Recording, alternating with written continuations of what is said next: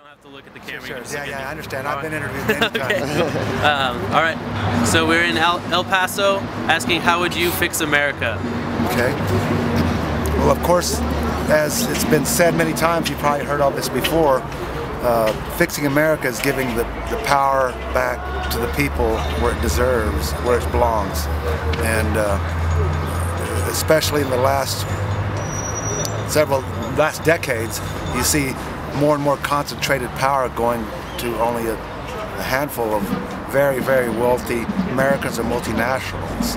I would also, I'm real disappointed in President Obama, who promised to revisit and reform free trade agreements. I think that it's destroying America. The North America Free Trade Agreement, which was passed in 1994, now, at the urging of President Obama, free trade is now being brought out, and there's nothing free about it with South Korea, Colombia, and Panama, where a lot of human rights abuses have happened. Of course, there's a lot of huge banks in Panama, and I think free trade and our trade imbalance, China, the dominance of China is destroying this country. As you know, we used to be a producer, and that's created many, many, many jobs. We produce goods, as you probably know, and I'm sure you do. All we are now is a service economy and a consumer economy.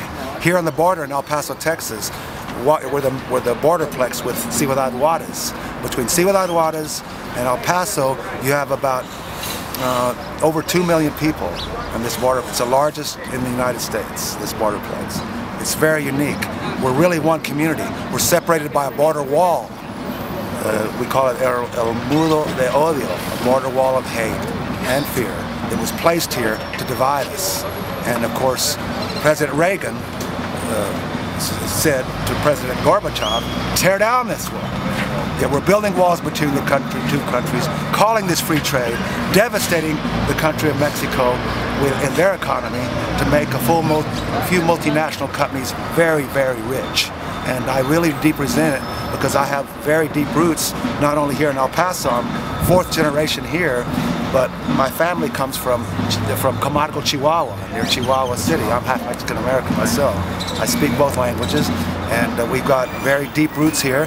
My grandfather, my great uncle, started the first electric company here in Juarez, and I have deep roots. I'll finish up here, but I have deep roots in the community also. My other uncle, Mariano Tamez, was a revolutionary general with Pancho Villa. So we have very deep roots here. Like I said, his brother, Domingo, started the first electric company before they had now they have a national electric company, CFE. It's a national electric company throughout Mexico. But before CFE, when Juarez was a lot smaller, there was a private company, electric company, and he supplied power. He was the first. So, it's not just my story. There's many stories like this. There's a lot of history here, a lot of people that go back generations here. But yet again, they want to divide us. Janet Napolitano, just like Michael Chertoff, it's a very, very hard line policy. Where I live in Sierra Blanca, Texas. It's about 87 miles from here, from downtown. They're building immigrant prisons to house these people. I mean, to detain these people. Used to they just take them back, well, they're imprisoning them. It holds about 700 people there in this little town. So there's more people in the prison than there are in my little town. My little town has 600, the prison has 700. Yet they're using our water, these private companies making a lot of money. They're doing them across the entire border, these private prisons, to imprison people that all they want to do is come here and make a better life for themselves. And they don't, our country does not understand, our president does not understand. They have a saying in Spanish, you can build a wall, so I'll give it to you in English, you can build a wall 20 feet, 50 feet high. But as long as the dollar is worth more than the peso, we will get around that wall, or we will go over that wall, and we will work to feed our families, because to them, they risk death doing this, and many of them do die coming over through the desert. These walls make people go